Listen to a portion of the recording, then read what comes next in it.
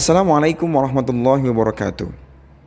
Ada satu kabar gembira bagi kita umat Islam yang melazimkan wudu.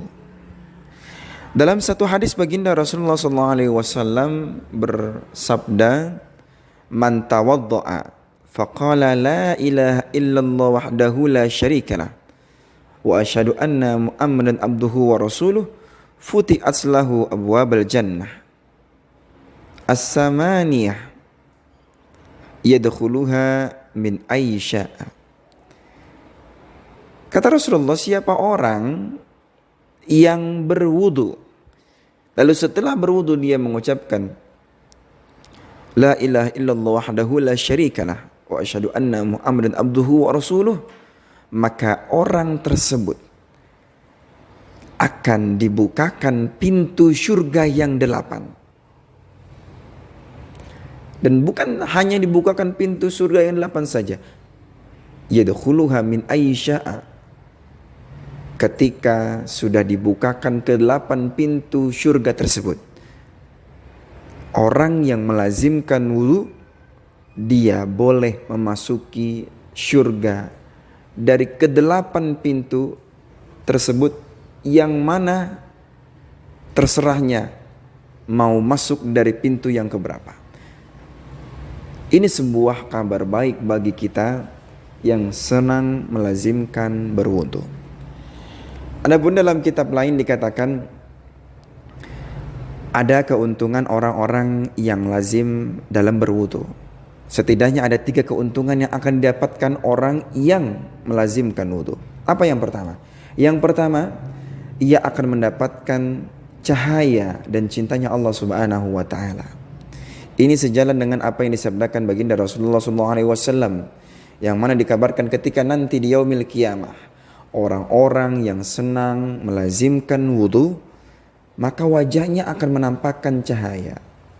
Min asaril wudu, dari bekas anggota tubuhnya yang terkena air wudu, nanti ketika di yaumil qiyamah, kesemuanya itu akan memancarkan cahaya.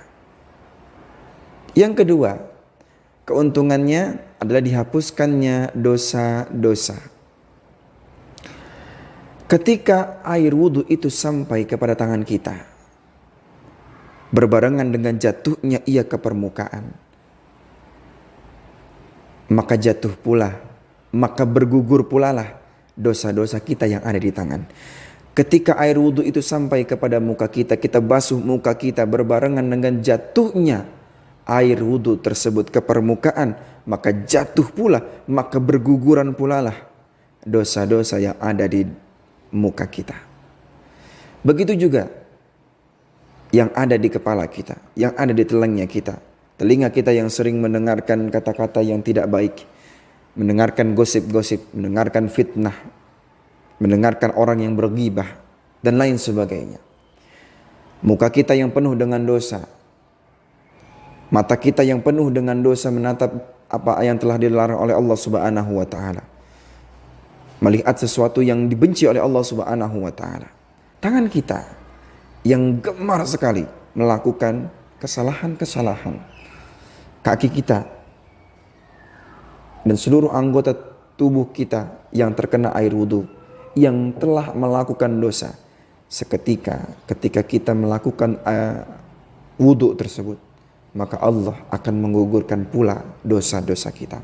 Dan keuntungan yang ketiga, kelak nanti di yaumil qiyamah, seluruh anggota wudu kita akan dihiasi dengan perhiasan yang didatangkan dari surganya Allah Subhanahu wa taala. Maka dari itu, pelajaran yang bisa kita ambil adalah beruntunglah orang-orang yang senang melazimkan wudu, yang tidak pernah putus wudu dari dirinya. Maka mari kita mulai dari sekarang. Jangan kita tunda-tunda lagi suatu kebaikan itu. Kita mulai dari sekarang untuk melazimkan wudu. Setidaknya selepas kita sholat, jangan sampai langsung batal wudu kita. Kita jaga dulu.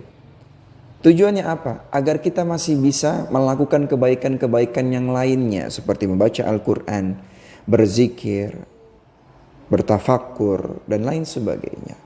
Yang lebih afdalnya lagi, semua itu dilakukan dalam keadaan berwudu.